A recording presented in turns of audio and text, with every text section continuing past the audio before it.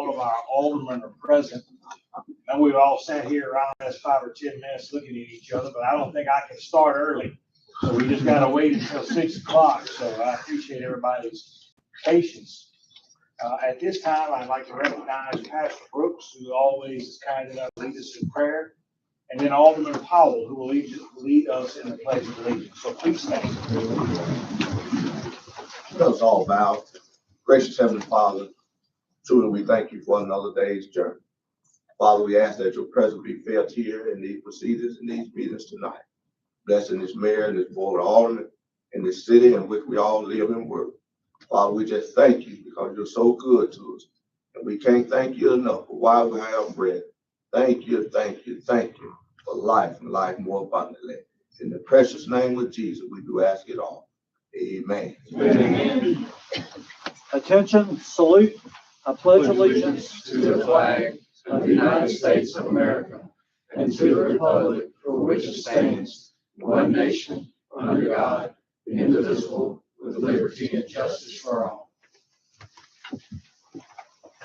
Thank you both for that. Yes, sir. Thank you, Pastor Brooks. Thank you, sir. All right, at this time, Chief Hale. Chief Hale. Chief Hale, you're up. He's in the hall. Chief Hale.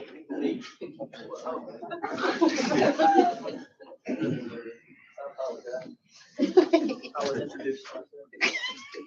Yes, sir. Do you want to introduce your two officers? Yes, Officer Daniel Sloma, come on up, sir.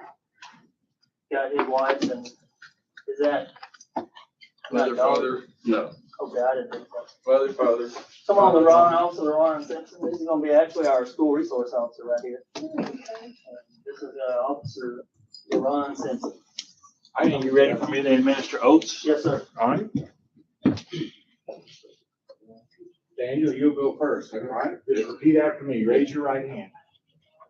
I, Daniel Sloman, Daniel Sloma, do solemnly swear do solemnly swear that I will faithfully support the Constitution that I will faithfully support the Constitution of the United States of the United States and the Constitution of the State of Mississippi, and the Constitution of the State of Mississippi, and obey the laws thereof, and obey the laws thereof, that I am not disqualified that I am not disqualified from holding the position from holding the position of police officer of police officer for the city of Gluckstadt, for the city of Gluckstadt, that I will faithfully discharge the duties that I will faithfully discharge the duties of the office of the office upon which I am about to enter. upon which I am about to enter. So help me God. So help me God.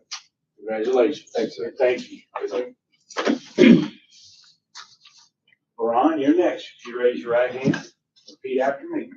I, Ron Simpson, I, Ron Simpson, do solemnly swear do solemnly swear that I will faithfully support that I will faithfully support the Constitution of the United States the Constitution of the United States and the Constitution of the State of Mississippi, and the Constitution of the State of Mississippi, and obey the laws thereof, and obey the laws thereof, that I am not disqualified that I am not disqualified from holding the position from holding a position of police officer of police officer for the city of Gluckstadt, for the city of Gluckstadt, and that I will faithfully discharge and I will faithfully discharge the duties of the office the duties of the office upon which I am about to enter. upon which I am about to enter. So help me God. So help me God.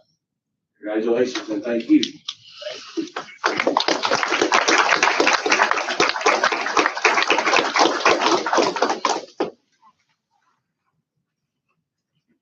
You have your families here? Where are your family? Yes, sir. Steve, I was thinking of you too. Oh.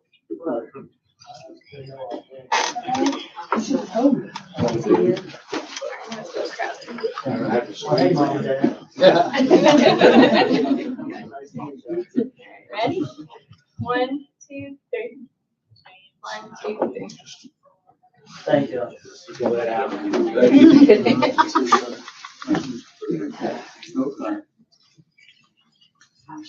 Nice to meet you. Ready? 1, 2, 3. 1, 2, 3. Thank you, guys.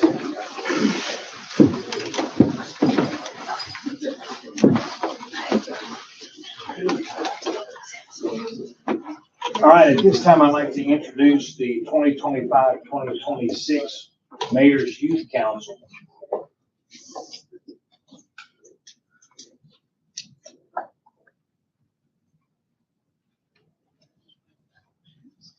So if you're a member of the Mayor's Youth Council, why don't you just come on up here, be recognized, and I'm gonna call all the names out.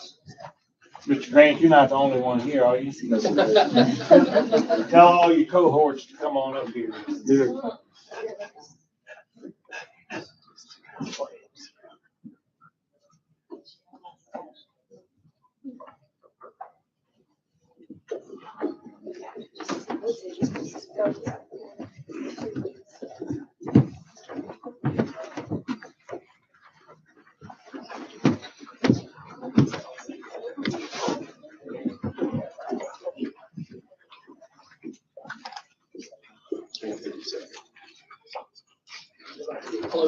Yeah, y'all, come on. You're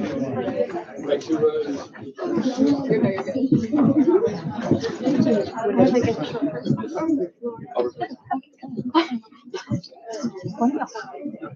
Oh, it's really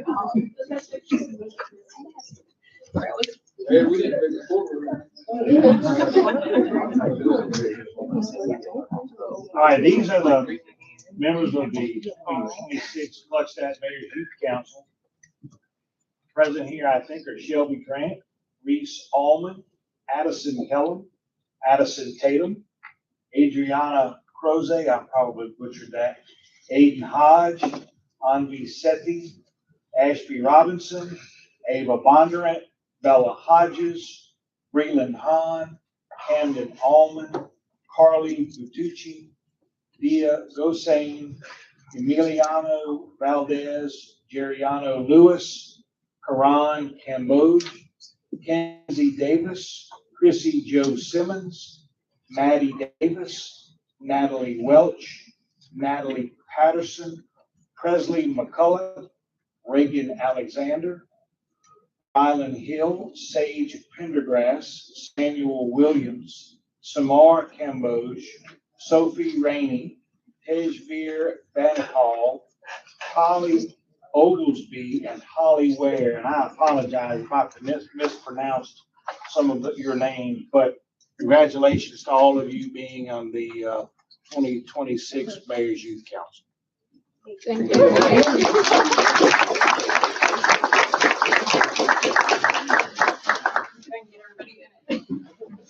All right, guys, ready? Look here. 1, 2, 3. 1, 2, 3. Congratulations, you guys. Thank you.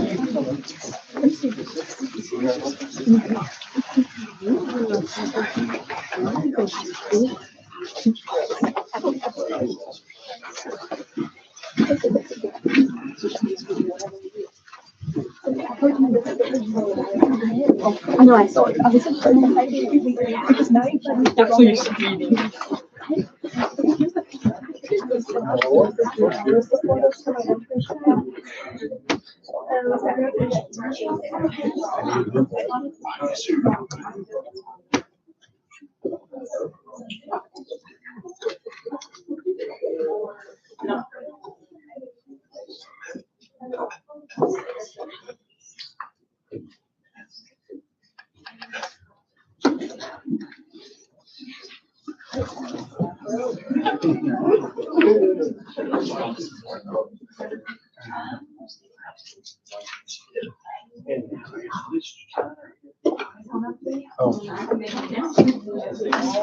Mitch Tyner.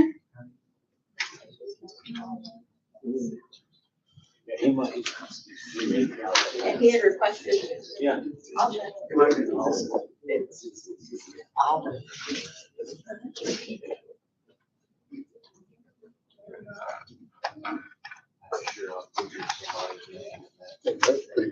Mitch Tyner.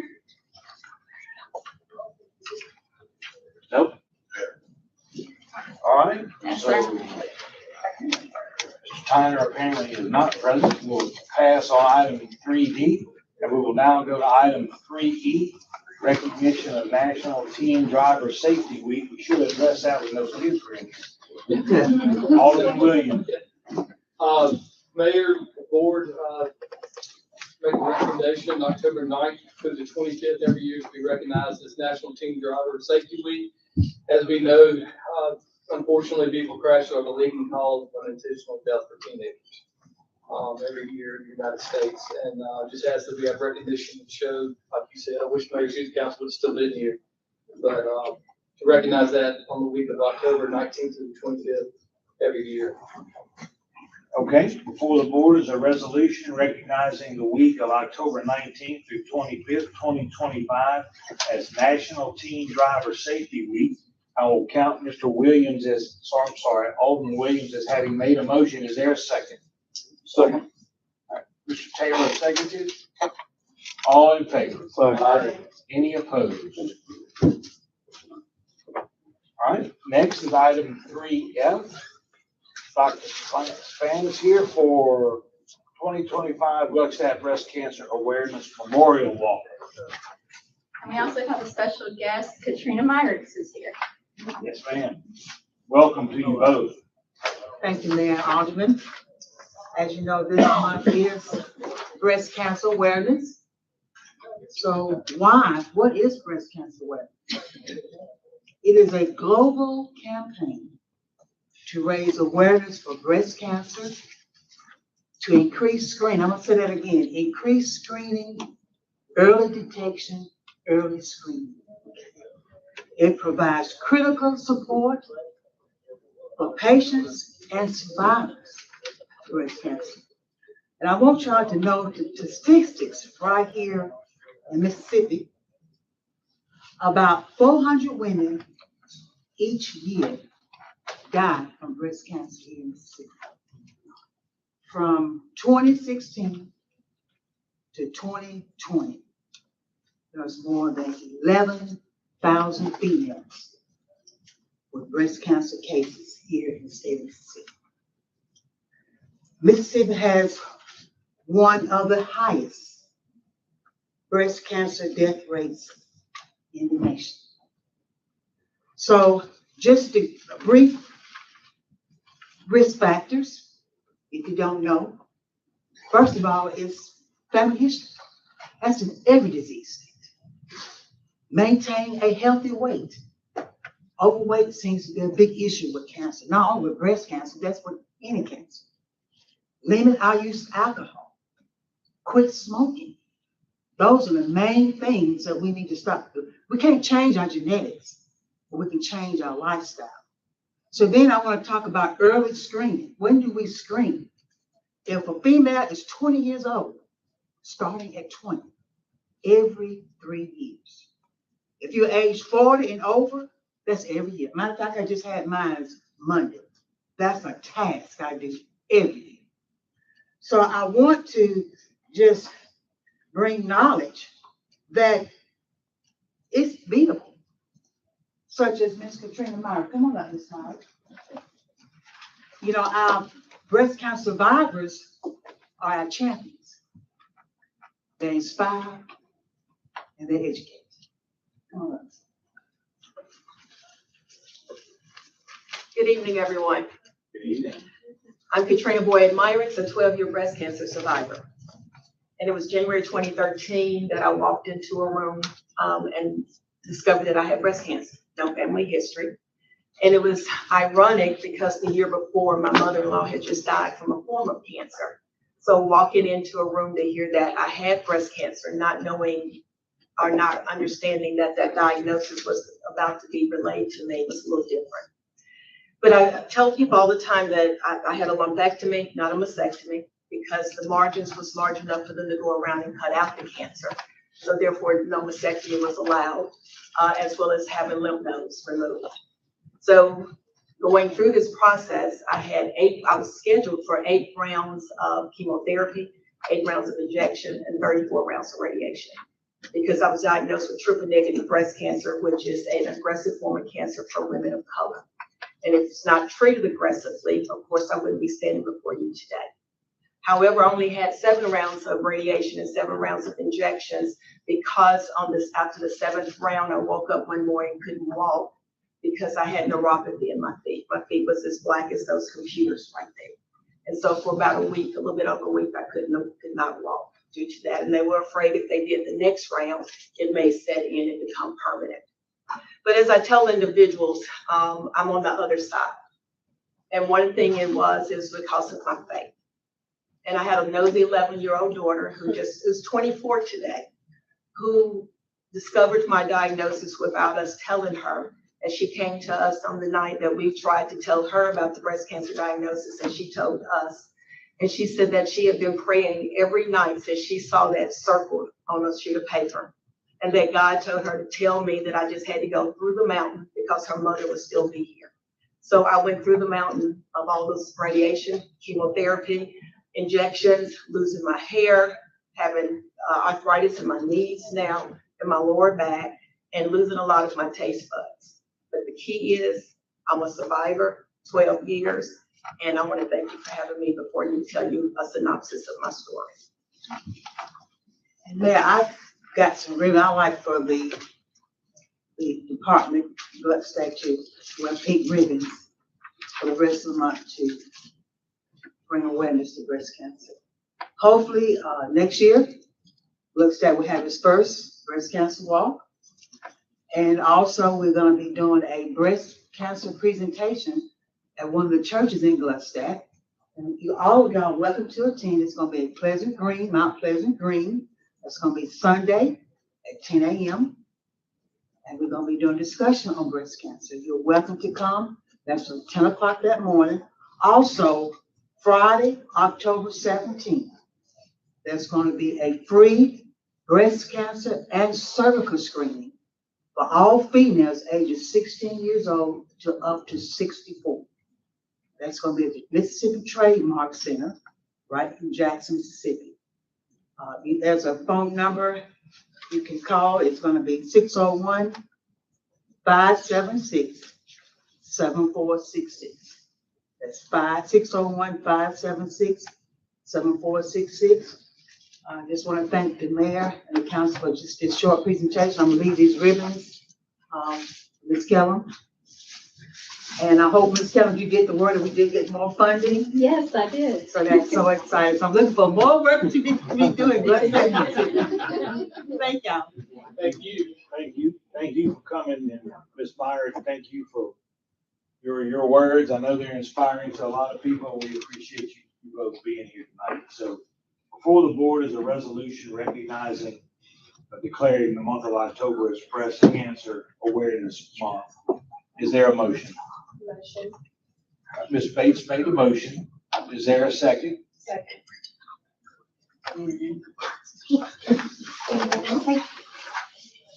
All right, Ms. Bates made the motion. There's a second. All in favor? Any opposed?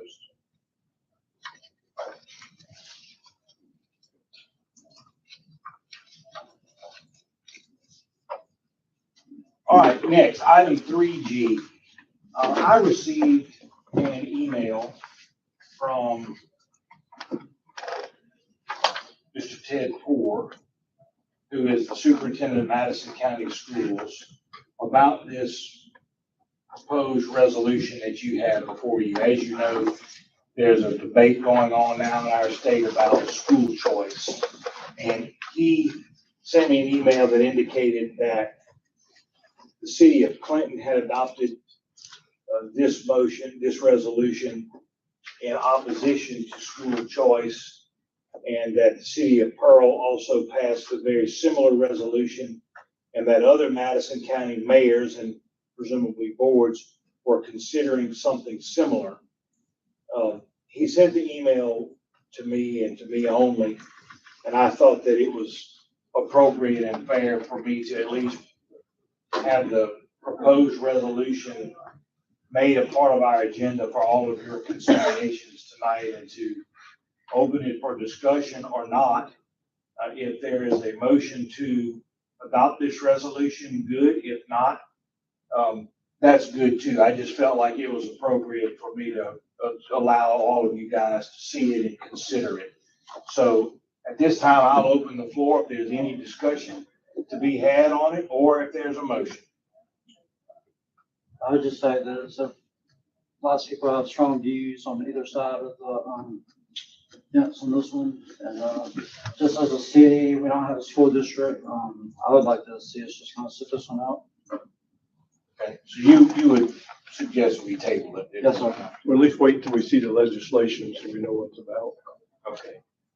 Any other comments about this? I agree with that. Yeah, I think I would wait to wait legislation first. Okay, so I see a nod of everybody's head here. I'll call for, whether there's a motion to adopt this resolution, and I take it that there's none.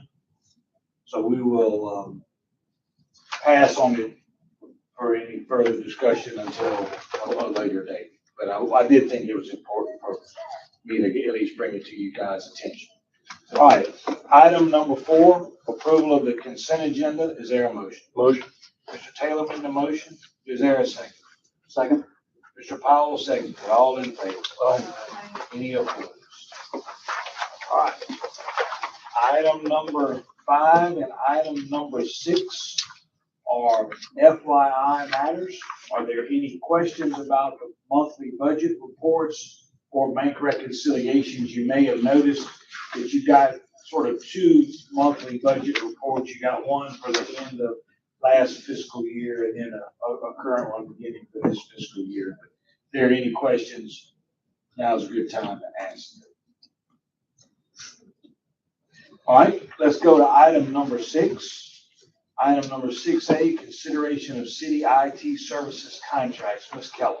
Yes, sir. We have representatives from the 20, which is our current provider for city IT services, as well as BCI, who is also wanting to propose or bring forward a proposal to the board.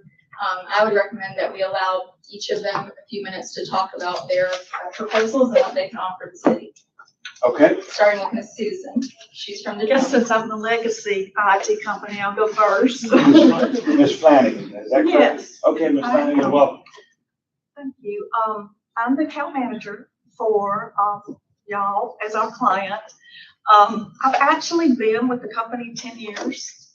I've started with Lindsay by herself. Over the 3-year period, I've seen y'all grow. Just, it's unbelievable. We've been there every step of the way.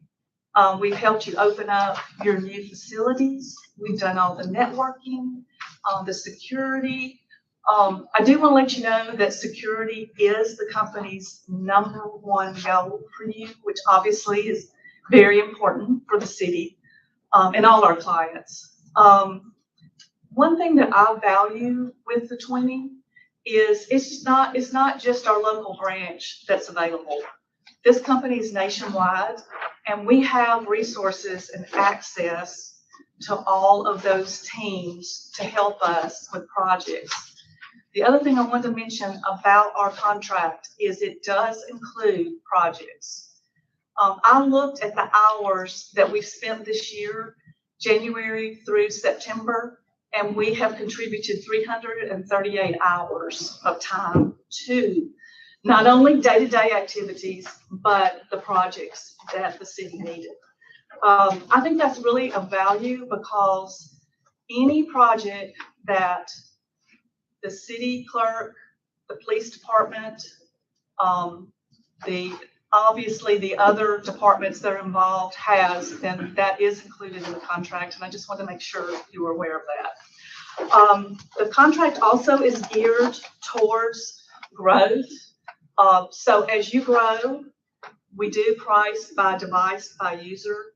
So as you grow, that price does grow with you. However, if you reduce users or devices, then that price is reduced. So it's kind of geared to go where you need to go as you grow, or you reduce staff, just depending on, what's going on with the next 3 years. 3 years is really flown by. We definitely want to keep you. You're our favorite client, our best client. We have close relationships with Lindsay, Barry, and Carrie. And we're here. We're here for you guys. So we'd like you to consider the renewal. If you have any questions, happy to answer them. What I thought we would do tonight is certainly listen to both potential vendors here. And y'all can ask, obviously can ask whatever questions you have today, but we'll contemplate this and pass on this next time to give you guys all the opportunity to review all of the various documents and to consider it as opposed to voting on it tonight. So Yeah, that if you definitely have makes any sense. questions of Ms. Flanagan now, you certainly can ask them. If you have some over the next several days or weeks before our next meeting, if you get those to us, we will get them answered by a representative of both of these companies. So, Ms. Flanagan, thank you for being here tonight. Thank you, appreciate it. And as you stated, any questions you might have, we're here, we're ready to answer them, ready to go. We're ready to help y'all this next 3 years, whatever direction you go. Okay, thank you, Ms. Flanagan. And is someone here from BCI? Is Mr. Reese here? Yes, sir. How are y'all? Good evening, welcome, sir. I brought Joe Kirchner with me as well. He's my teammate. Okay, good. Appreciate y'all for letting us even have an opportunity to discuss this. But as you said, I would highly recommend reviewing that. Technology is not something that's just easy to understand. I could sit here and go line by line, bore you to death on what all is included in technology services. But tell you a little bit about BCI. Local company, we've been in Richland, Mississippi for almost 35 years, locally owned. I've been there for about 12 years, born and raised Madison County resident. So I'm, rooted in this community. Lived in Gluckstadt for 10 years, recently moved out to Florida. But from technology services perspective, we're a local company. We want local partners. We've already done some business with you guys, so y'all are already set up as a customer of BCI. But from a partnership perspective is what we're wanting to gain. We have hundreds of managed service customers, which is outsourced IT services, what you're doing today. So really it would just be a transition from one company to another. Possible, separations of IT companies. One more local. I've got 75 engineers within 10 minutes of this facility. We're spread across 15 states today and growing. We're up to 165 employees. Majority of that is engineering resources. And from engineering talent, we have some of the top talent in the whole country. From one major technology manufacturer, I would note, is Fortinet. It's a major cybersecurity hardware manufacturer, software company. They are leading the industry in cybersecurity, firewall, network security, Wi-Fi, you name it. They have 12 expert level certified engineers across the United States. BCI employs 6 of the 12 throughout the country. So just from that perspective of how many folks are studying and taking expert level certifications, equivalent to what I would say would be a doctorate level for technology, we have 6 just for that one manufacturer. From Cisco, which is kind of the gold standard of what engineers are rated and certified by, we have 6 top level CCIE certified engineers, which is route switch, which is your network security, firewall security, wireless, telecommunications, internet service provider, knowing, how your network needs to play when you add multiple sites, multiple locations. But our managed services would mirror potentially what the current IT group is doing. We're priced based off of device. So if you have multiple devices, we're putting remote monitoring tools, cybersecurity tools. We're doing security awareness trainings, phishing simulations for employees, because your employees are your biggest risk. That's where most cybersecurity and malicious acts happen, is through email. We have positioned transitioning your Microsoft services to BCI as well, where that would be fully managed under our portfolio. We're adding a next generation cybersecurity email suite to protect bad actors from getting into email. Also included in that is why also Joe Kirchner is here with me tonight. We also include virtual CIO services built into our managed platform. So on behalf of managed customers, we monitor reporting, we monitor health of your devices, and to help customers, our partners in technology, is future growth. What is on the agenda for 3, 5, 10 years, you name it. So we're pooling data and we have virtual CIOs to help discuss that. How does this technology help the city in future developments? What's coming down the chain? That to me is awesome. That started in the past 3 years, and luckily we scooped up an all-star. If you want to talk about that, I'd love for you to step up, Chad. I know I'm rambling. Some of you know me, but I spent 20 years doing this for the city of Ridgeland. And then when I retired, because I reached the age where I could, I decided I didn't want to sit on the couch. I accumulated a lot, so it was important to me to be able to, instead of helping just one entity, help a lot of people. Maybe just a few, depending on how busy it was. But Gluckstadt was important because I helped with some of the design on the court services and police building. And I've been out here before, and I know a lot of the folks that work here, so it feels like family to me. Originally, I came to Mississippi to open a plant that makes the seats for Nissan. So I had a lot of really intense experience and decided to not work that many hours, and I wanted to be able to have a more manageable situation. It didn't mean I didn't work remotely or work after hours. It just didn't cost me $10,000 a minute to shut somebody down. I called it pucker up pressure. So, but I offer the services because we don't bill for it. There's no line item or whatever. So you have access to all the experience and everything that I've gained over 20 years. And I just love to say that I kept Ridgeland out of the news, which we want to do again. And another key part about VCI that I've appreciated over the years that I've worked there is the customer service aspect. I mean, anytime you're looking at transitioning from an IT company is really looking into how's customer service? How are we treated as a customer? What's our response rate? Do we get stuff handled in a timely manner? And we have a local support customer service team that's in Ridgeland that's answering the phone. It's not an automated computer AI person talking to you. It's a human being, and they understand that you have concerns and needs. And the owner of the company is a micromanagement numbers guru. So his baby is customer service. So if y'all wanted to hear his spiel on 0.02 seconds of this response getting sent to an email back to a customer, he'd love to talk to you about it. But just for IT in general, I mean, we handle any aspect of technology. So it's not just we want to sell you products and say thank you. It's how do you spend your money better?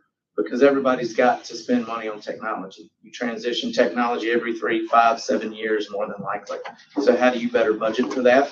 What's the hardware and the technology that fits the city's needs the best? We have the best talented engineers that work with the top manufacturers across the planet. And we have the top level partnerships, which offer the best pricing discounts when you have the highest level of certifications, revenue stream, buying power, etc. So we get the best ability to offer the best discounts to the customer at the end of the day. So that's my side of the house. I'm more account management, more numbers based, and then I help manage the technical account team that would take ownership of a customer itself. So y'all would then get a technical team built around to support you guys that understand y'all's business intimately. They have a kind of a manager of their team, which would be a technical account manager. So it's a senior level engineer that if level 1 engineers are on a task and it's taking more than 15 minutes, those usually are escalated up to tier 2. So it's a better escalation path, better communication path. So there's not somebody sitting there that can't work for 2 hours. So being that we've handled thousands of end users, this is, to me, an easy partnership. We're very committed to the community. Like I said, locally owned, that's our focus. We definitely want to partner on that. And I know the proposal, it's very line item detailed. We do a lot of healthcare, a lot of financial. So we work with cybersecurity insurance audits, Blue Cross Blue Shield audits. So our details are very detailed because cybersecurity insurance is a requirement. When you have multi-million-dollar claims on cyber, you have to say what you're doing to help protect. So it's very detailed, and if y'all have questions about that, y'all can put an email together or whatever. Thank you. Appreciate it. Any questions, Mr. Reed? All right, thank you, and thank you both for being here, all of them for being here tonight. All right, at this time, we'll go to item 6B, acceptance of the bids for the city public depositories. Here they are. We received 4 bids: Origin Bank, Bank Plus, Renaissance Bank, and Cadence Bank. And as you know, each of them have their own sets of terms and conditions and fees and things associated with their particular bids. We're just receiving them, and they are just now opening them. Origins is dated October the 8th. The deadline was 10/10, which was last Friday by 5 p.m. and all of them did meet that Right. deadline. Okay, Bank Plus was October the 10th. Renaissance is October the 10th. Cadences is also October the 10th. We can certainly copy all of these and distribute all of them for your consideration. We can also accept all of them, which is what I think historically we have done in the past. I see no reason to do anything other than that. But because we're just opening these bids and nobody's seen them, if that's something that you guys want to see them, we can accept them at our next meeting, or we can just all accept them now. So I'll leave that up to you guys. If there's a motion one way or the other, my recommendation is just to accept all the bids and decide later time who we're going to particularly deposit money with and what services we're going to use. We'll keep all of our options open. Who do we currently use? Bank Plus and Cadence So are two. two approved. Well, I'll make a motion to accept all the bids. All right, Mr. Williams made a motion to accept all of the bids. Is there a second? Second. Mr. Taylor seconded. I didn't ask if anybody wanted to discuss it or had any questions, so I will now. Any questions or discussions? Okay, all in favor? Any opposed? All right, thank you, guys. Item 7A, Mr. Deason, is not in the house. All right, we will skip item 7A unless somebody wants to discuss it. Mr. Deason contacted us and wanted to be placed on the agenda tonight. We, of course, wanted to accommodate him to discuss industrial exemptions. He is not here. So let's go to item 7B. Is Mr. Wong here? Edward Wong? All right, let me just tell you guys why this is on the agenda. So as you know, we have a food truck ordinance. And Mr. Wong reached out to me. He owns Bamboo Express. Bamboo Express. And there is a food truck operating in the parking lot of his restaurant. He is concerned about that because he believes it to be, in essence, sort of some unfair competition. He's got a brick and mortar business that, of course, comes with all of the overhead and expense of operating a brick and mortar business. And he said this gentleman who's got the food truck is stealing business from him. He felt like it was an unfair competitive advantage. So I invited him to attend tonight's meeting, told him that we would address the issue. I think he's got at least a reasonable position here in that our food truck ordinance does not have a distance requirement from any other restaurant. So we discussed at some point in time amending the food truck ordinance, and that required or included a distance requirement from another restaurant. And you guys have the amended ordinance. The amended ordinance was never considered by the board and never voted on. But that's the reason that this item is on the agenda. I sure do wish Mr. Wong was here because that's the reason that I thought that it was good to at least hear him out and put it on the agenda. But hopefully you all understand his concern regardless of the fact that he's not here. And if there is anyone who wants to discuss amending the current food truck ordinance, now's a good time to do that. You don't have to adopt the proposed amended ordinance that's in the agenda materials, but that is something that we can work on going forward. I just wanted you to know again, there was a problem brought to my attention. I thought it was a reasonable problem and wanted to invite whatever discussion and consideration you guys might have. Is he a tenant at the building or the owner? he's a tenant in the building. I don't know that he owns the whole building, but he's a tenant in the building and the food truck is operating in the parking lot there near his restaurant. I live near this gas station and it has not been operating the last week or two. So. Yeah, when he it moved. expired, it moved. He contacted He's on the me. other end of the lot now. Okay. He contacted me more than a week or Okay, two 'cause I was ago. like, where did you go? Yeah, I saw it the other morning, went to the farm. It was on the other side of the, now my understanding was, I thought his permit had expired. Yeah. I thought it expired like last August or September or something like that. And when that expired, that he was done. We I know mean, the I permits know expired. Mr. Williams, Mr. Hall was here then, but that was Yeah. my understanding that his permit was expired and he shouldn't be set there anymore. I wasn't aware that there was a food truck there in the last few weeks or so. It very well could have expired. I haven't been made aware that it expired or not, to be honest with you. We'll check into that. I And check. obviously, if it's expired, that's easy. Yes, sir. I'm pretty sure it expired because we're talking about if he came back before us again. I With will, that and everything. Like I said, when I was going to the farm the other morning, it was on the other end of the lot. It was the same one that been setting up. Probably the one on the gas station, right? Yeah, the gas station, yeah. They were Just, Oh, gas station on Yandell? Yeah, they renewed That- recently. That one did expire, but we renewed it. He has not been back as far as I know. There's been a food truck. so does he have a current permit? Yes, Well, I that's thought not that goes to was- them, but yes. yes. Okay, so he's got a It's got- current. Well, it's a new owner too. It's not the same guy. Different guy. It's a different guy. So renewal may not be the best word to use. It's essentially a guy came in, bought up the business, got his own food truck permit, got his own privilege license. And set up. Yeah, I There's nothing in actually that had him there. shut down. There's nothing in the one we have adopted that prevents it.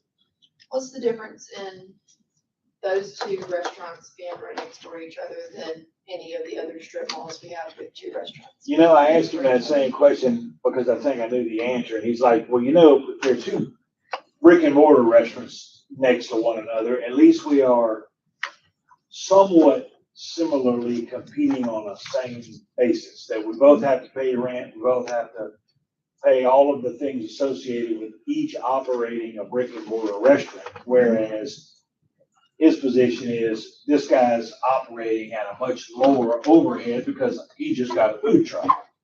So is the food truck paying a lease or rent to the owner of the gas station to be in the parking lot? I don't know the answer to that question. I think that's yes. The answer to that's yes. So, I mean, he's paying lease or rent even though it's much less. And I'm excusing myself from any voting on those two options for conflict of interest. But as far as an amendment for food truck distance, I'm gonna operate out, I'll let you talk on that.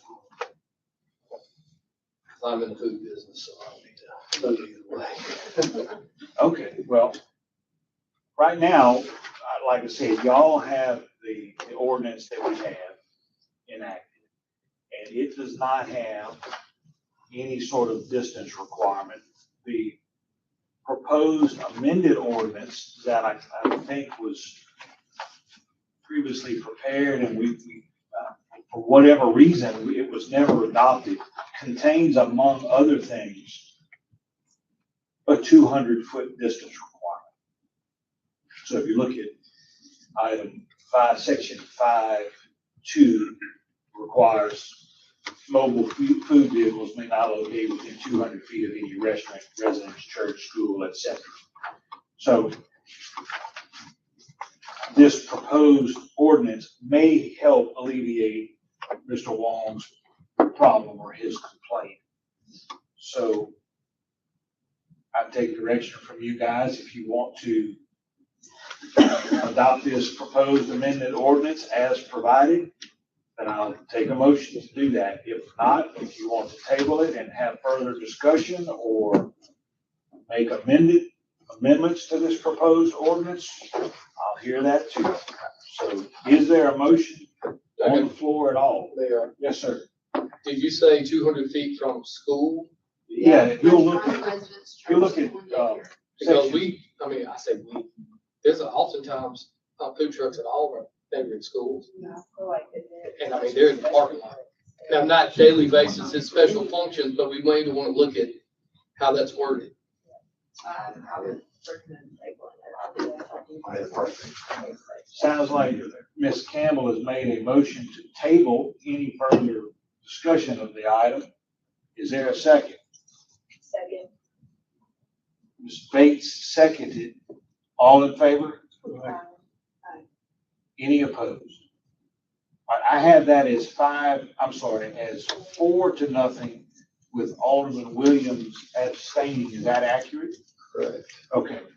All right, well then let's go on to item number 8. Yes, sir. Mayor, that's Yes. one thing about that. If anybody has any suggestions or anything, if they can send them to me, I can, make any changes to the ordinance. Thank you, Mr. Good. Yeah, y'all have some particular language things you want to change. Get them to Mr. Giddy. Mayor, can say one thing about that. Yes, sir. We need to make sure that we're clear about how we measure that distance. If we're gonna have a distance, is it gonna be from building to building, property line to property line?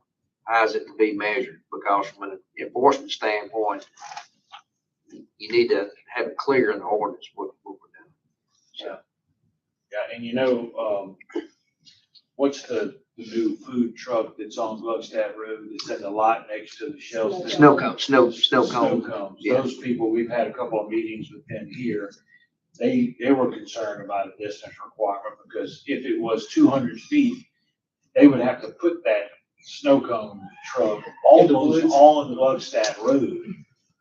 And that would not be a real good idea either. So It's the amended ordinance that's proposed has it from any point of the principal restaurant, residence, church, or school to the nearest point of the mobile push cart, mobile food vehicle. So I don't know. So literally straight line measurement from the corner of the I mean, building. that can be changed to property lines, but right now the structure. We just need to make sure that that's what you want. Yeah. All right. Well, it's tabled for now. And if there's any further language or additions or somebody has a better idea, let's get to it before the next meeting. All right, Ms. Keller. Yes, I'll be brief on my update. Really, it's just end of year closeouts with, doing our payroll adjustments, supplemental benefits, on the salary, the cost of living adjustments. That's all been completed as of October 1st. And, obviously quarterly reporting is due as well by tomorrow. So we're finishing up a lot of the grants reporting, IRS, MDR, MDES, the typical quarterly reports that are due. But if you have any questions for me about my general update, let me know. All right, move on to item 8B, privilege license report. Mr. Maul, you have anything to add? Any questions from Mr. Maul about the privilege license report? 8C. Yes, on the privilege license report, I will ask that you accept that because it's an annual report that's required by audit that we complete. 8C. Sorry, B. The annual privilege license report. It is C. I apologize. All right, is there a motion for us to accept item 8C, the annual privilege license report? Motion. Mr. Taylor made the motion. Is there a second? Second. Is that Ms. Bates or Ms. Campbell? Bates. Ms. Bates? All in favor? Any opposed? Thank you. All right, fixed assets report, 8D. Yes, and this is also a form that we're required to turn into audit and keep on the premises at City Hall. So if you all have any questions for Mr. Mott and Ms. Pickett worked tirelessly on this report, the city's fixed assets, including roads. So they are to be commended for all of their hard work on this report. Is that something the board needs to vote on to accept? To accept, please. Is there a motion to accept the annual fixed assets report? Motion. Mr. Taylor made the motion. Is there a second? Second. Ms. Bates or Ms. Campbell? Ms. Campbell? All in favor? Any opposed? I Okay. have a question about this. Fixed asset report. Is there a report that shows like the current year or the previous fiscal year's depreciation and accumulated depreciation? Yes, Scott, can you address that? It's not in. I see this study.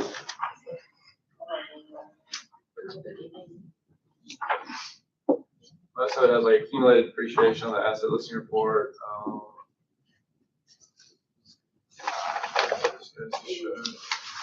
Is this the last one? Oh, no. How do they net? I'm looking. Are you wanting like an old register from, I mean, I can Yeah, run one. I was just curious to see what the last year's current year depreciation was, that's all. For 24? Go for 24. So like 24, 25, 25. the different. Yeah, the last fiscal year. When you're saying last, 25 or 24? 25. The one that we just had should be in there. The current year, Can you show Or me? the depreciation register that shows whatever it is. the current year depreciation, is it? That's for FY 25. That's what we just ran. Is that what you're referring to? So I'm looking at on page 273 of the materials here, depreciation register. Is that what you're referring to, Mr. Monk? It says depreciation expense at $3,761,000 number. I know, you said 273. Yes, sir.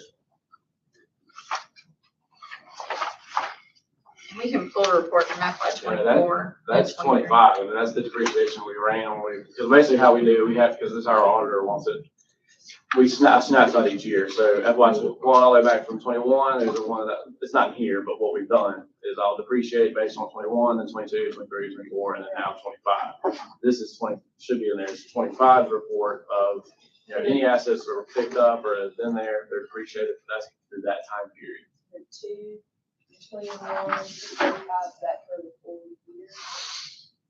Should be. How much, what was the amount you said? This is page 271. And it's the last line, 1, 2, 3, 4 columns over, so 4 columns, 221,635. Is that the current year depreciation? On page 271. Yeah.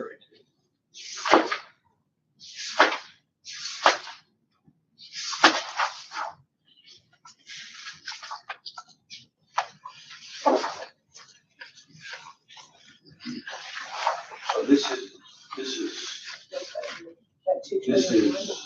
looks like street department depreciation. Yeah.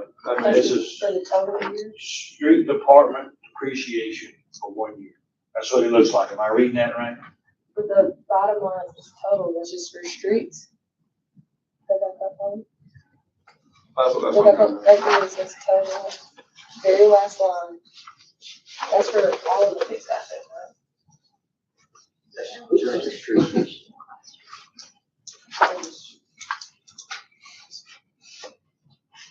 Yeah, that looks like a. There's different departments. So the question, I see. the question is, from all the debates is, what is the city's total depreciation for last fiscal year? So let's just get that answer to her. Please, it's kind of hard to think of. Just. Let's get that answer. So please, when you email the whole board and me so that everybody knows the answer to that question. Okay, item number 8E. Okay, I'm asking the board to switch our health screening vendor from Trust Care to Mississippi Express Health, which is local to Gluckstadt. Trust Care has come up on their prices a little bit in the last couple months. Their drug screenings used to be $50, now they're $100 per screening. So anytime that we hire a new employee or do random drug screenings, it's now double. So I'm asking that we switch to Mississippi Express Health, and I believe it will also be helpful in our hiring process to have somebody local. What's the price of Express Health? $50. And they offer other services outside of that, like a lottery system for random drug testing, very similar to what Trust Care offered, but at a lower price. So you recommend we switch to Mississippi Express Health? Yes. Okay. Any questions of Ms. Kellum about that? Is there a motion then for us to accept the proposal from Mississippi Express Health? Motion. Ms. Campbell made the motion. Is there a second? Mr. Taylor seconded. All in favor? Any opposed? Okay. Thank you. Item 8F, grants update. Yes, sir. So in front of you, you should have the updated spreadsheet. I have gone through and added the award date per Alderman Powell and Alderwoman Bates's request last meeting. So that's all on there now. really, I have a bunch of notes. The main things that I really want to point out are that some of the grant periods are ending. So we'll be working on some closeouts, like for the traffic grant for FY25. We submitted our last reimbursement request today for September. So the other grant period for FY26 has already started. And so the PD can start accruing overtime and personnel hours towards that. So we'll be closing out the FY25 grant. In addition to that, there was a grant on there for a generator that has now been taken care of and closed out. We do have a JAG grant that was questionable whether we were going to be able to get the $7,000 and set 7929. It's under number 5. That one was questionable because we had requested a extension, and before getting the extension approval from JAG, they did issue a purchase order, and you can't do it that way. It has to, you have to have the approval and then issue the purchase order. So Scott's been working with the program director on that one, and we believe we're going to get it reimbursed this one time, but they definitely wagged their fingers at us a little bit on that one. So I will certainly let y'all know when we do get that reimbursement. There's a couple of new ones on here. I found out today actually that the health department grant for the mayoral health council is going to be renewed. It's not going to be through the Department of Health this year. It's through a private entity instead. And so I am asking, in addition to a couple of other items on my agenda under the grant section to accept the award for that. And that's going to be in the amount of $6,000. Do you know the name of the project? I have it in my email here. It's the Carmichael, that federal health clinic. Carmichael Family Health Center. Yes, so it's no longer done through the Department of Health, but through them, and they have added an additional $1,000. So we got that notice today, and I'm asking that the board approve that at a later item so that we can start working on that in November. The Mississippi Outdoor Stewardship Trust Fund grant, we did apply for it.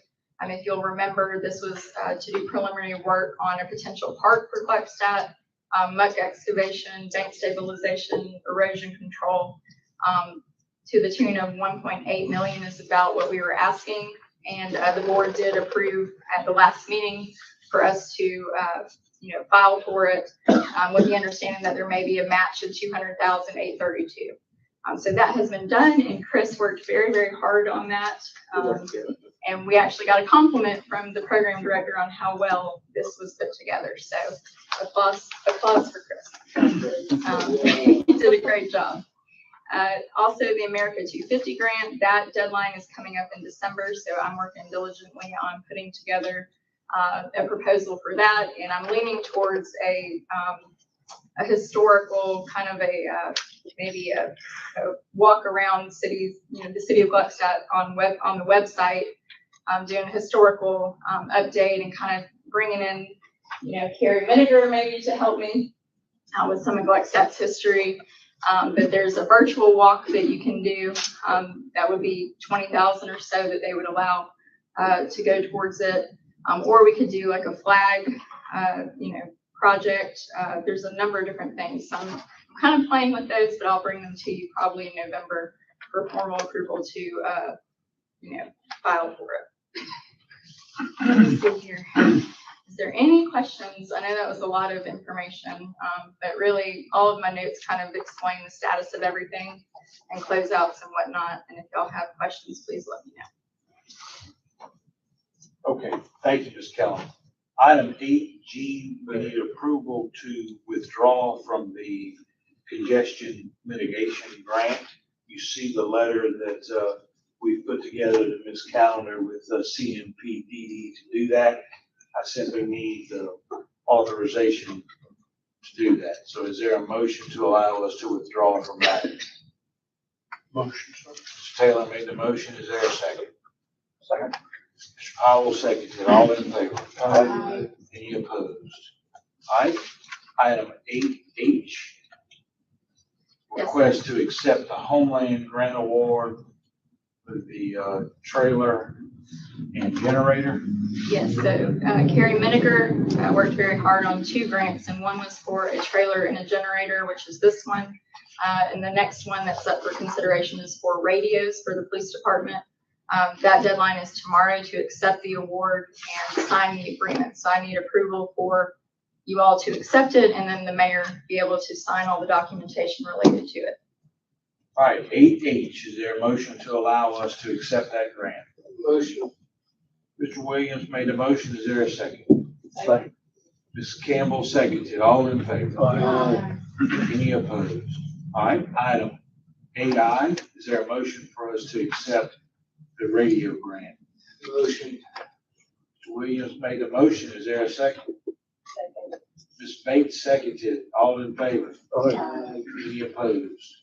All right, then the item that Ms. Kellum asked us to add would be 8J, and that is to accept the $6,000 Health Council grant and authorize its acceptance. There a motion to accept that $6,000 grant. That's a motion, sir. Mr. Powell made a motion. Is there a second? Second. Mr. Taylor seconded. All in favor? Aye. Any opposed? All right. Thank you. Thank you, Ms. Kellum. Mayor, Yes, sir. before we just move on, I think I was looking at something different. I think it's on here for the fixed assets. I don't know. I think 241 and page 267 should answer the question that was asked, because the number I was looking at is too low. Let's just make sure, and then go ahead and submit your email, okay? So we can make sure we're right about that. Okay, Thank you, Board. thank you. All right, item 9, Mr. McCollum. Yes, sir. I sent out the planning and zoning administrator and department update. A note on there, you'll see 3 clean properties that were taken care of. Basically went through the 1911 statute through the state. We had a hearing scheduled, but before the hearing was supposed to be tonight, but we essentially cleaned it up. We just took them off. So any other questions about that? All right, no questions. Okay. And then item 9B is just an FYI matter. So we'll go to item number 9C. There is a conditional use request for a spa at 111 Beach Road. We're supposed to open and conduct a public hearing. I will do that then at this time. Mr. Cullen, do you want to speak on this item? Yes, actually, I have a recommendation in the file there. But basically, I've looked at it, and the property is properly zoned for spa. There's no distance requirement except for just for spa itself. There is a distance for nail salons, but not for spa. Since it is conditional use, it did require a public hearing, and if there are any conditions that the board wishes to place on it, now would be the time to do it. But it is permitted, and just in accordance with the zoning regulations, it is permitted as a conditional use. Okay, thank you, May I Mr. speak, Cullen. Mr. Mayor? Yes, sir. I'm the owner of the. I was getting ready to ask you if there was whether or not there was someone here from Rest Recovery Wellness Madison. That's you? Well, it would be a Rest Recovery Wellness Gloucester. Yes, sir, that's me. Okay. And your name, sir? David Meehan. Okay. Welcome. Thank you. I'm just here to answer any questions you guys might have, any concerns. I'm just here that we're within the zoning area to open the business. All we're trying to do is try to bring affordable high-end wellness therapy for the city of Gluckstadt and the surrounds. It's a business that can be used for athletes or just anyone that might need some kind of help with inflammation, any kind of situation. We work with contrast therapy. We'll have saunas, cold plunges. We'll have a soul room that is therapeutic to help with improve the breathing and help your lungs. We're gonna have compression therapy. We're gonna have a floating spa and red light therapy. So it's pretty. There's nothing medical in there. Everything just can be done by the person itself. Of course, the equipment will be managed by professionals, and that will be it. I mean, it's nothing just that to provide like a wellness service to the community. Do you have any other locations? There is one in Fondren, but it's not mine. It's owned by someone. So, Yes. so there's only one in the Jackson Metro, that's good that you're aware of? Yes, yes. I have a question. Did this go before P and Z? It typically would, but the application was turned in at the last minute, and we had like a couple hour window to get the advertisement in, and we didn't make the advertisement date. So rather than make him wait another whole month, we thought it best just to bring it to the board. I mean, it is a fairly simple conditional use to look at, but it would typically go before P and Z. Okay. Was it our fault? It was our fault. Okay. That's what I was wondering. So All right, any other questions? So you mentioned some of the services that your business would provide. It's not a nail salon, is it? No. Okay. No, we're not. All right. And I think of when I think of a spa, I think of like you get massages, and so it's not really a spa. I mean, it's a It is not, it's just that since it helps wellness in your zoning area, it says wellness, it will be considered a spa. So that's why I'm here. The name of it will be the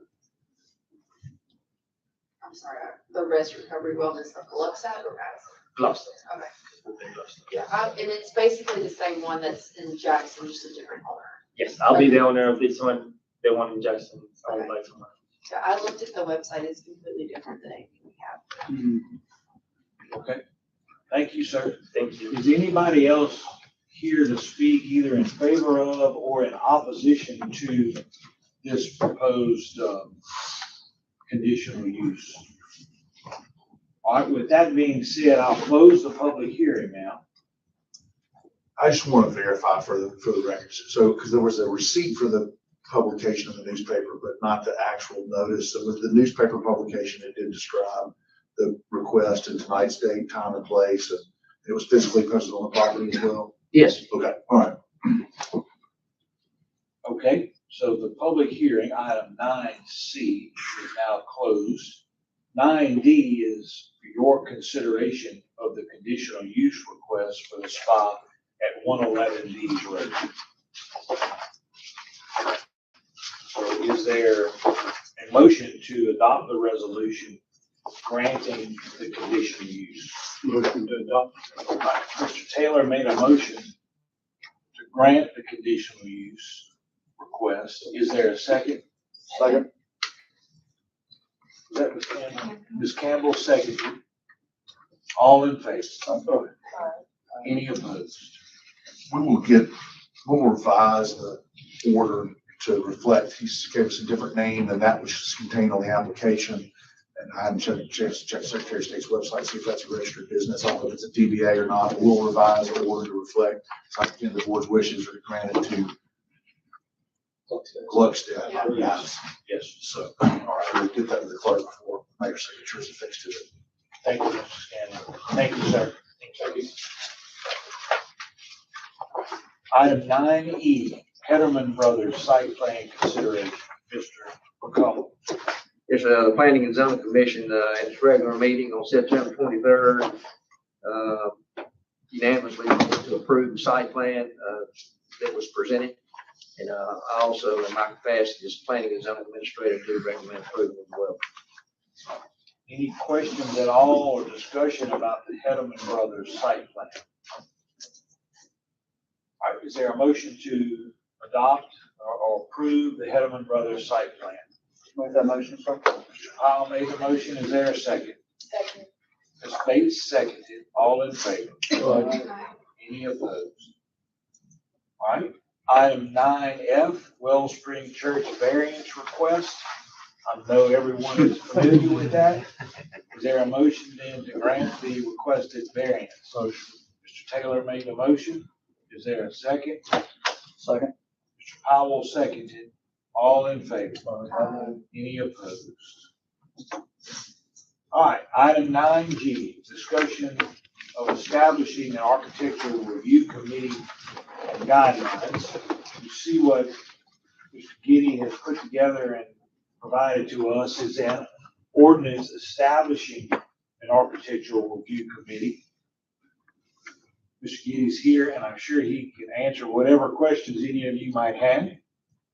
So if there are some, I personally would like to see if we could, table this until the next board meeting and have a chance to get with, Commissioner Syke and then just kind of get their input on it. I asked her if she'd seen it yet. She had not. And so I'd just like to get the information or input from P and Z, the people that'll be serving with it, just make sure. And there's a couple things on there to chat with you about too that's on there, because it looks like, it was saying like 7 members or whatever and some things. Look like Well, I put it like that in contemplation that at some point in the future, you may want to have more than just the 3 members that are on there. So I have it as not less than 3, but no more than 7, similar to the Planning and Zoning Commission.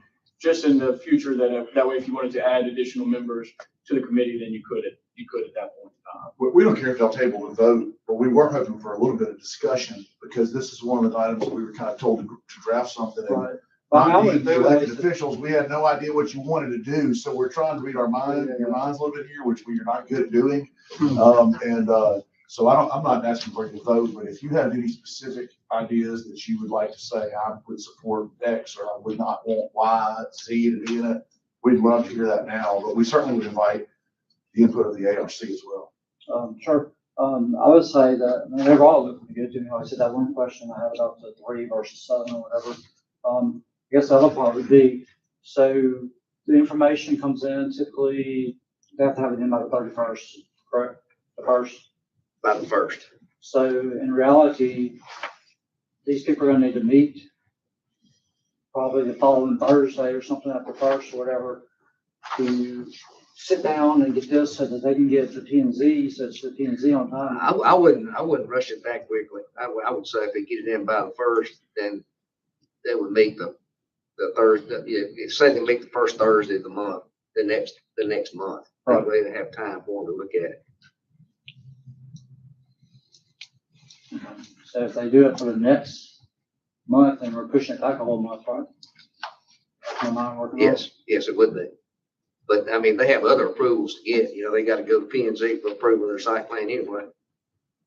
All right. Okay. So there's nothing in this proposed ordinance about those particular requirements, is there, about when they're supposed to get materials in? That's not something that I would think would be codified in an ordinance of this nature. And I mean, to me, if anything, the ARC could adopt bylaws or just sort of an informal policy, kind of like your P and Z commission has got their own bylaws. We can put it in there, certainly. Let them set their own rules. But I would say that, it would likely be subject to the Open Meetings Act. So, I mean, I'd want it set, just so we don't have to renotice every single time they meet or whatever. I mean, there's more than one way to slice that onion. And I do have in there that the committees, the members that are once they're appointed and approved, I think we already have the 3 that have been appointed to the committee. Then at their first meeting, they would have to obviously call a special meeting, but then at that meeting, they could establish what day and time they want to meet, and pass their, Well, I mean, I'm good. So it sounds like to me you guys did a good job of reading minds. Because there's nothing that really jumps out about major changes to what you guys came up with. They're gonna let the members of the proposed architectural review committee look at this, and if y'all would do that, provide to Mr. Giddy any changes, edits, suggestions, and that's obviously for all of you too. If you have any additional changes or suggestions, please get them to Mr. Giddy so that he's got something to work with. But looks like you guys did a good job on that. Thank you. Please recommend that we have an attorney at this meeting when they meet. I don't think there's any need for that. I mean, just to give you, the way Ridgeland does it, they typically don't have a lawyer at the ARC meeting, but they do have it at the P and Z meeting. We can have somebody there, and we'd be happy to put it on retainer or whatever, so it wouldn't be any extra. But I'm kind of like the mayor. I don't think it's necessary unless it's as needed. I mean, if there's, how over here something potentially could be a little bit more sensitive issue, somebody makes a specific request. So I'm kind of with the mayor. I don't think it's needed, but we'll be happy to attend as needed. And also whoever the zoning administrator may be at that time, Mr. McCollum or otherwise, could also, work with us and tell us if we're needed. Thank you. Mike, if you have some particular input into this proposed ordinance, get those to Mr. Giddy too, because we value your input into this, so. I'll do it. I've already, I think I've given you some already. But yes, sir, I'd be happy to do that. All right, so Mr. Powell has made a motion to table this. I don't hear anything in opposition to tabling it until we can get input from the Architectural Review Committee members. So we'll just table it and move on to item number 10. Mr. Buck. Good evening, board. We're requesting the board to approve permission for Dickerson and Bowen, who won the overlay contract for County Station Parkway. They're requesting us to allow them to use 3 subcontractors to do certain portions of it. Well, 2 of them, I'm sorry. And they'll be doing the striping, the saw cutting, and the removal of asphalt. And this is just a process of the LPA thing. We have to have forms. We'll have to get the mayor to sign it, so we just need to get y'all's permission for the mayor to sign the form. So you want the board's approval to contract with Dickerson and Bowen and its 3 subcontractors? Correct. Okay. This subcontract is a contract that will be with Dickerson and Bowen. Yeah. And then they can do. They'll work for Dickerson and Bowen, not for us. There's no cost associated with it. It's just allowing them to do other subcontracts work. I just want to make sure we get the wording for him to correct. All right. Any questions of Mr. Butler about these contracts? All right. Is there a motion then to approve and grant permission to enter into these contracts? Motion. Mr. Williams made the motion. Mr. Powell, did you second? Yes, sir. Mr. Powell seconded. All in favor? Aye. Any opposed? All right, item 10B. All right, we're asking the board to approve us to initiate 2 task orders with Stantec. One will be for, I had on their church, I spoke with the mayor recently. We're gonna change that to Gluckstadt Road. In lieu of not doing the widening, we'd like to overlay Gluckstadt Road. It's in a little worse shape than Church Road is right now. There's still gonna be a lot of development that's gonna go on Church Road. I think it's better for the city if we go ahead and overlay from the interstate to where the intersection of that county, the intersection improvements that the county is doing, overlay up to that point. You're talking about it at Bozeman Road? Yes, sir, at Bozeman Road. Overlaying Gluckstadt Road. Overlaying Gluckstadt Road. As opposed to Church Road. That's correct. At the same $10,000. At the same $10,000. And also. And this is all to work to go towards a grant with CMPDD, much like we're doing with the County Station Parkway project. All right, that's task order number 8, task order number 9. Task order number 9, we're looking to do intersection improvements at County Station and D's and Gluckstadt Road. We'd like to extend the right lane on County Station Parkway, getting onto Gluckstadt Road, extend that to Church Road. Right now, you have an acceleration lane coming off of Church Road. Then you go in, you got to come right back out to get onto that turn lane. We think if we can widen that up, we can get some of that traffic flowing out of there. Maybe try to help eliminate some of those cars jumping into the turn lane and driving all the way down County Station Parkway. Also, we'd like to do kind of the same thing on the other side of the road. D's, we want to widen that out a little bit, do some intersection modifications to give a true dedicated right turn lane to get over Gluckstadt Road and try to get people off Gluckstadt Road faster. And you won't have to move the power lines or the. We're hoping not. This will be for a grant, so the utility, the traffic signal box, the lights. If we do, it goes in with the grant. Okay. So the grant will help pay for it. We'll have a match, but we're gonna work with Stantec to try to widen where we can. Maybe we can fudge it a little on both sides to where we got enough to add a right turn. And then the one on Calhoun, how would that work with the intersection? Would it just start after that stop sign from Church Road? Yeah, it would be, once you get off that small section of Church Road, that acceleration lane would just continue all the way to the right turn lane. What's the timeline? We have to have, there'll be a call for projects in November. I think we have to have it turned in by January, and we'll know if we get grants around, I think it was March, April, last time that we did this. So if you get it in March, April, maybe start the summer.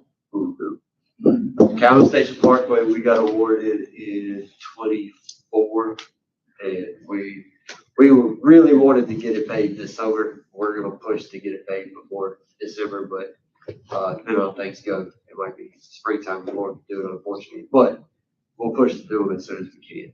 It all matters on if you have to do, especially with the intersection improvements, if we have to move utilities, traffic signals, traffic boxes, that might call for extending energy lines, stuff like that. So there's variance to it.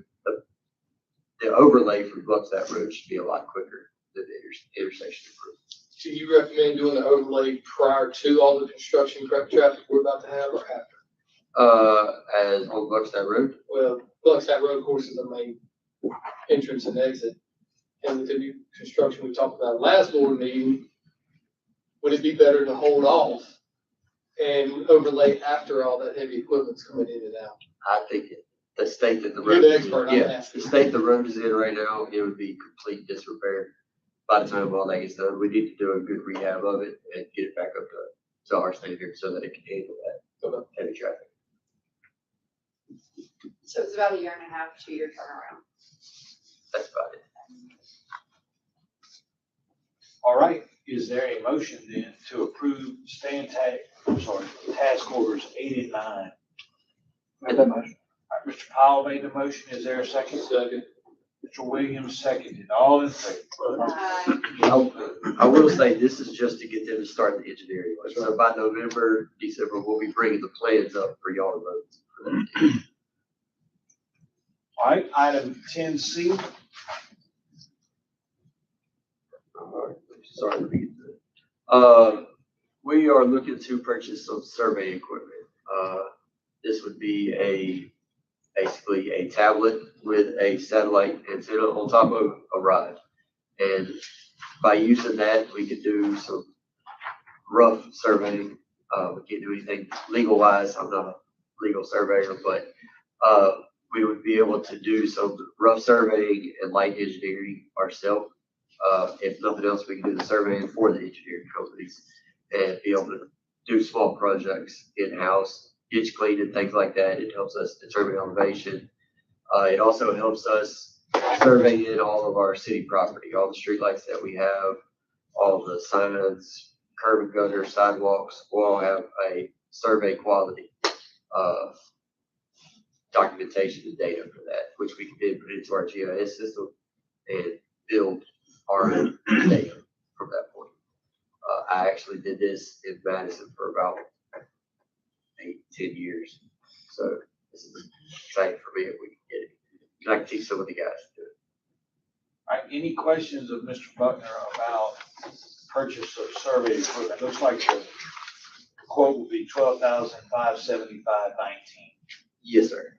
Now that will come, just to be transparent, it has an annual subscription that we would have to pay, and that is free for us for the first year. Usually it's about $1,200 every year. That's a very rough number, but something along those lines. All right, is there then a motion to allow the purchase of the surveying equipment? Are we contracting that surveys out right now, that we won't have to contract out? Even though There it's will be small? that, like the grants and everything that we have to do, that will still be contracted out. But if we're going out and trying to see if the curb and gutter needs to be replaced because it's so flat, we need to know how much we need to take out. That sort of stuff. We'll be able to do ditch cleanups, trying to, and once our guys get to the ability, we'll be able to lay a pipe, storm drainage pipe, a little bit easier and have it geolocated while we do it. This is in-house Yes, utilization of this. This is not gonna be. So it would just be equipment for us to be started. I don't understand, I mean, we could save money from having someone else do that by purchasing this equipment, is what I'm guessing. Yeah, because if not, even if we had a company go out and shoot all our signs for us, all that sort of stuff, it just costs a lot more money than this. We can update. There's a lot more benefits to it, I believe, if we can. I'll motion to approve. All right, Mr. Williams made a motion. Is there a second? Second. Ms. Bates seconded. All in favor? Any opposed? Now, before we move on to the next one, I received a text message just now from Mr. Deason. He had, apparently asked to be placed on the November agenda, not the October agenda. So I wanted you all to know he had just contacted me, and that's obviously our mistake. We'll make sure he's on I'll the make sure November. he's on November. We'll make sure he's on the November agenda. All right, item 10D. I have requested, we talked about this at the budget meetings, requested the ability to take a truck home, for commuting to work and from work, Monday through Friday. It was gonna be a weekend, unless there's stores or anything like that, but for city business and commuting to and from work. So you guys might recall that when we were having budget discussions, Mr. Buckner said that he would really appreciate the ability to be able to take public works vehicle home, much like our police officers do. And he would even be willing to do that in lieu of a raise. And I thought that was a terrible idea because Mr. Buckner's done a fantastic job, and I know all of you agree with that. And so he did receive, as did every city employee, a 5% across the board raise. But he very often calls me and asks me for permission to take the city vehicle home if there are storms approaching or a need to be able to do something after hours. And so I think that given what Mr. Buckner's done in this capacity, this is not an unreasonable request, and I would hope that you guys would authorize him to be able to do that. I'd just like to mention from an emergency management standpoint, public works plays a huge part during disasters. And so his ability to respond is pretty big in emergency management side. Any questions or comments? I would just say that, some of our police officers, when they take their vehicles home and they're not using them, they're parked at their house. So for the weekend, per se. So I'm just saying that to say, I don't see why you don't take it home on Friday for the weekend and you're not having to bring another car and switch and do. I mean, it's not like you're gonna be driving it everywhere. So my motion would be that he takes it home on Friday and drives it back on Monday. So. Well, I have, side stuff that I do. It's just easier for me. Okay. With me cutting grass, I'll keep my personal truck. I would like to give him the option if he wanted to. So. Well, I appreciate that. Thank you. Any more discussion? Okay, so, Mr. Powell has made a motion to allow Mr. Buckner to take the city truck home. Whether he does it Monday through Friday or every day is left to his discretion. That's the motion that's been made. Is there a second? Okay. Mr. Taylor seconded. All in favor? Aye. Any opposed? All right, thank you guys for that. All right, item number 10E. It came before the board before, Titan Development requested the board to see their interest on Titan Lane becoming a public street. We showed tremendous interest in that. So before y'all is the final plat for this development. In order for it to be a public street, we had to bring up, the standard of the street. They paved it, they've added street signage. They're gonna work on cleaning up the drainage as well. But we are requesting the board to approve this plat for Titan Commercial Development. Any questions or comments about the proposed final plat for the Titan Commercial Development?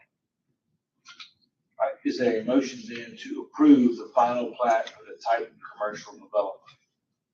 Motion. Mr. Taylor made the motion. Is there a second? Second. Ms. Campbell seconded. All in favor?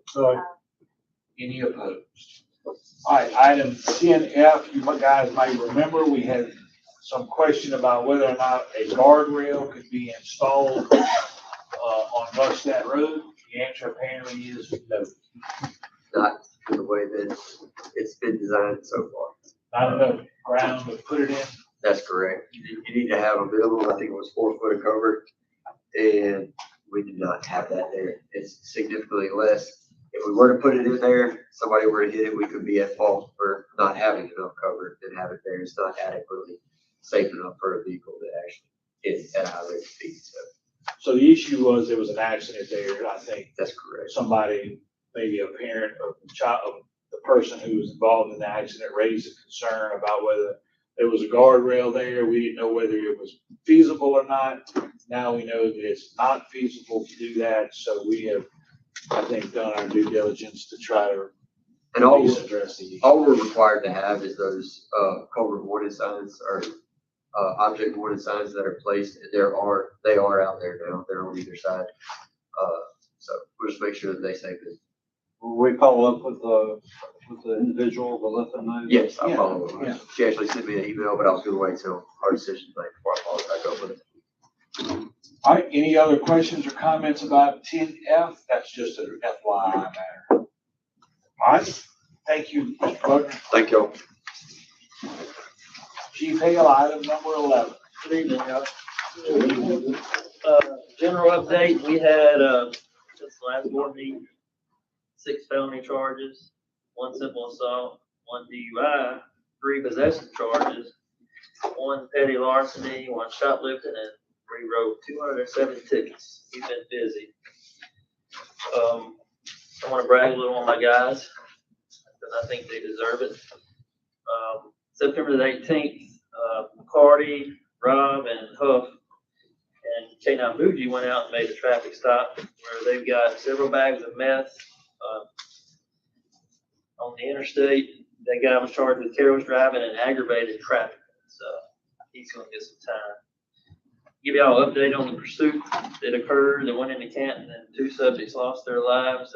They have been identified, and the families have been notified by the court. And it's still under investigation by the Highway Patrol. But we did everything by our policies and procedures that we were supposed to do. I wanted to update on y'all have any questions on that? Also, I'm still going to brag a little bit more if y'all don't mind. Rob made a stop on Mr. Percy Blair, who was found to be in possession of controlled substance, ecstasy, a stolen firearm, and he's a convicted felon in possession of a firearm. So we got a pretty bad guy off the street. October the 11th, Huff and Kay made an arrest on Francisco Hernandez, found to be in possession of a stolen U-Haul. So got a stolen vehicle. We've got quite a few stolen vehicles. October the 11th, we assisted, this is not anything to do with, we assisted Fizz, I think it's Fizz Drinks with their birthday celebration. K9 and all, and the kids loved it. And Corey and the county also, we had another pursuit the other night. They, county assisted us, and we got, it ended at Calhoun Station and Parkway and Lakeshire Parkway with a stolen vehicle. Ended up having a stolen gun in the car. And so we charged him with 2 counts of receiving stolen property for the car, the gun, and felony elude. So that was another good way. The county helped us with it. Corey and Kyrie on October the 4th got a foreign warrant, a guy who was wanted for theft of property out of Coleman, Alabama on the interstate.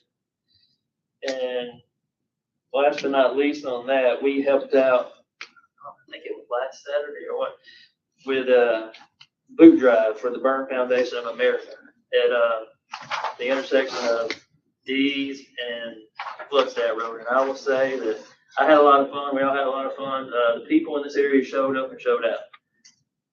They did it in Vicksburg this past week, and they got $1,600. We got over 5,000 in just 3 hours at that intersection. We might have harassed a few people, but they come back. And we actually had people come back through and give again. Willingly. We didn't harass them, so they stopped and said, I'm giving again. I was like, nice. So yes, that was over, and that was her first time doing that, and brought her to tears. So yes, the people here are very giving. So any questions on my update? Good job. Thank you.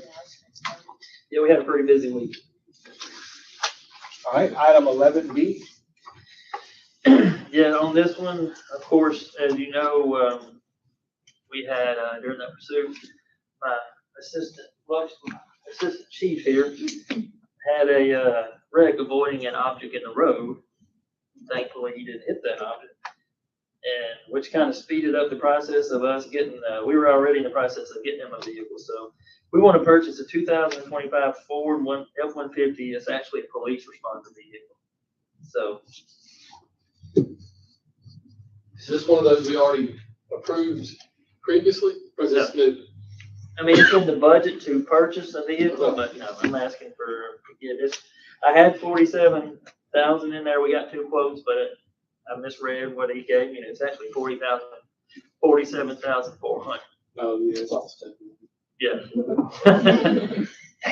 So, yeah. So it's in the budget. Yeah. But Yes. you guys haven't approved the purchase of this specific vehicle, which is what he's asking. Yeah. Now, And this won't be a patrol, this will be, Yeah, this is actually be an admin vehicle for Assistant Chief Slavin. You know, of course, it's actually pursuit rated. You know, he's out, he gets out, we get out and we actually do work.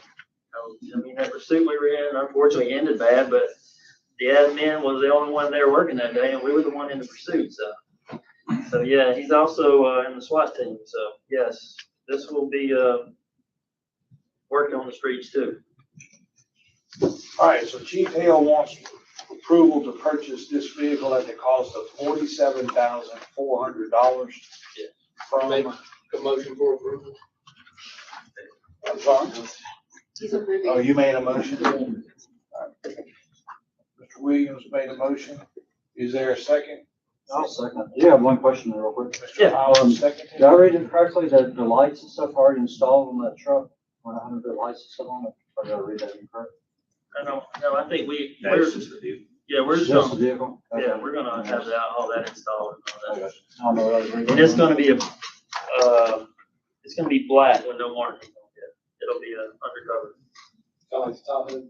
So, Yes, kind of like All right, have you seen it running around out there? I like it, I like seeing.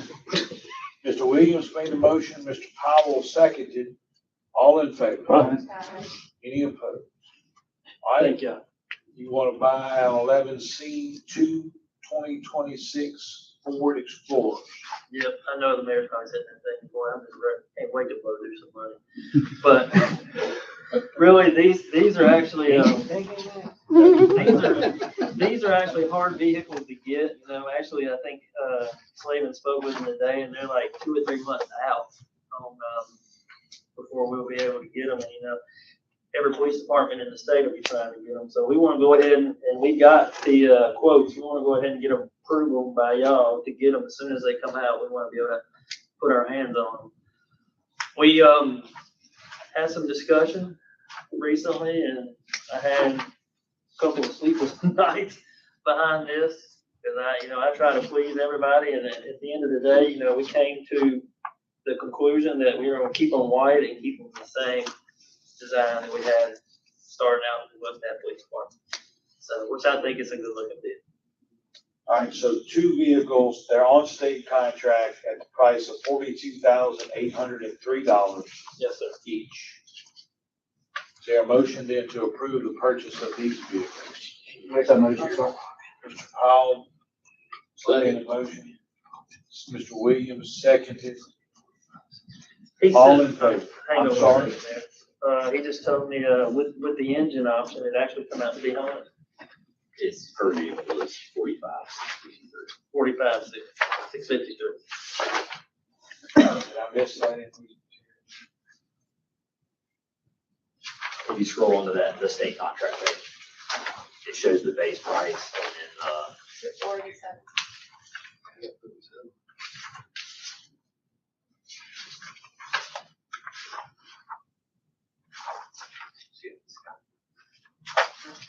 That's where I saw that. So, Yeah, if you look down, the base price is at the top and then the only additional is the engine upcharge on it. The total comes out to 45,653 per vehicle. 45,653. yeah, Okay, so 2 vehicles at the cost of 45,653 Yes, sir. Yes, sir. And I have as Mr. Powell making a motion, Mr. Williams seconding. Is that correct? All in favor? Any opposed? Okay. Thank you. 11D. Is this the body camera? Yes, sir. Okay, on this one, Mayor, you'll know that I can't do anything simple. So this turned into a little bit more than what I had thought. Originally, I thought all of this was gonna be on state contract. Then we found out not all of it was on state contract. And then we also, during this process, we found this out late. We didn't really give John a whole lot of hits, so we called him and said, we found out that, that they were a sole source, that, also Ridgeland had done it, Madison Sheriff's Department had done it, and Madison Police Department had done it as sole source. So we got with John and we asked him for his legal input on that, and, he got back with us this afternoon. We actually have two quotes as well, but I thought, I don't understand all this stuff completely, but I thought it would be the price of the cameras each year. Come to find John, you want to explain it? Well, I think it's Attorney General's opinion saying that it's the total base contract. You can't subvert the public purchasing law, by the $75,000 rule in the sand by saying, well, each year it's less than $75,000 when the aggregate's like greater. Of course, that's related to commodities. The sole source determination is kind of a separate question. The important thing, according to the administrative code and, under the statute, the opinions that have analyzed it, is that you make a determination in writing that there is a uniqueness to the product that makes it effectively a sole source and its price is reasonable. And so you can do so. The written findings, of course, can be your minutes. If you make that factual finding tonight, you instruct the city clerk and I, to put that finding in the minutes, and as we draft the minutes, you'll approve them a month from now. So I think what I'd probably ask you, Chief, for the purposes of the board to make that determination is, we're talking about body cameras, and so can you explain why the product body cameras is effectively a sole source? Yeah. Why this is the only product that works for you? There's several reasons. It allows us to share camera. One of the main ones, it allows us to share camera footage with the DA's office on any cases we have, because they actually have the program that can do that. Madison PD can share, Ridgeland PD can share, and the Sheriff's Department can share with that. It also will interface with our RMS, which is our report management system, and our CAD computer aided dispatch. One other thing that this company can only do is what's called record after the fact. That's, say if we get into something or something happens and we're not able to turn the camera on. Or say we walk into a store to buy something and there's somebody robbing the store and we have to get in a shootout. We can go back, and even though our body camera wasn't on, we can go back and get that footage even several days before. So that's another thing that other cameras can't do. And I don't mean to jump in, Chief, but I guess I would, to add one more detail. If we were to tell the chief, we're just not sure about this, I think instead you need to write specs to bid this out. And if he were to write specs that had all that in it, that said it's got to be able to communicate with the DA's office, it's got to be able to do this, it's got to be able to do that, well, then you get into the problem of contract steering. And so that, is something you want to avoid under public purchasing law as well. So I think, again, I'm not trying to jump on what he's saying, but as he continues to present to y'all findings he's made, why he recommends it be a sole source, if you guys vote to approve it as sole source, and we'll make sure that the determinations in the minutes properly. If you want me to, I can read this out too. It says Motorola Solutions is the exclusive and sole manufacturer of the M500 and the 4RE digital in-car video system, the high fidelity wireless microphone system, and the V300, V700, FBX, and the digital wearable camera system. These products are represented and sold by Motorola and its certified reseller to manufacturers represented via direct or applicable national, state, or regional contract. Sounds like a sole source to me. Total cost of this contract is $212,000. Yes, sir. $31.60. Yeah, we would be paying, but it's a 5-year contract, so the first year would be 60 something, and then the next 4 years would be 30,000. We'll actually be getting whereas we only have 15 body cameras now, and sometimes they work, sometimes they don't. There, we'll actually be getting 17 body cameras, which will increase by 2, and then we're getting 13 data cameras for the vehicle. All right, any questions about this proposed contract with Motorola Solutions? So since we're in contract, if something's wrong with them, then they fix it? Yes, and actually, after 3 years, they upgrade and give us a camera, which the current cameras and that we have don't do that. So. Any other questions on that? All right, is there a motion for us to first find that this in fact is a sole source provider, and then to accept and approve the purchase of the cameras from Motorola Solutions? Make that motion, sir. All right, Mr. Powell made the motion. Is there a second? Second. Mr. Williams seconded. All in favor? Any opposed? All right, not to belabor the point or go through this in some great detail. You know, we did have this pursuit here recently, and it did result in the loss of 2 lives. Chief called me early that morning from the scene and, explained to me all that had happened. You know, I think we sometimes, I know I'll speak for myself, we sometimes forget what these guys do every day. A bad day in my office is nothing compared to what these guys saw that day. And I know that they were both traumatized by having seen what they saw in the aftermath and the carnage of all of that. And I personally wanted to say thank you guys for what you do and for being professional in the manner in which you did it. So thank you all for that. Yes, sir. Thank you. Good night. All right. At this time, has anybody signed our public comment? Yeah, the purchase of the cameras. We got it through the sole source, so that we're gonna do second vote for approval of purchase. I mean, it could be a single vote. How'd you want to handle it? I always put it together. Okay, so was the board's intent for that to make a determination, sole source and authorize purchase of cameras? Yeah. We'll have it in the minutes so I reflect. stated. I'm Yes. sorry. Okay, I'm sorry. That's right. Okay, nobody signed for public comment. At this time, we do need to enter into executive session. So is there first a motion for us to enter into closed session? Make that motion, sir. I'll make a motion. Is there a second? I'll second. Mr. Taylor seconded. All in favor? Any opposed? All right, we're in closed session. Thank you all for being here tonight. Y'all are excused.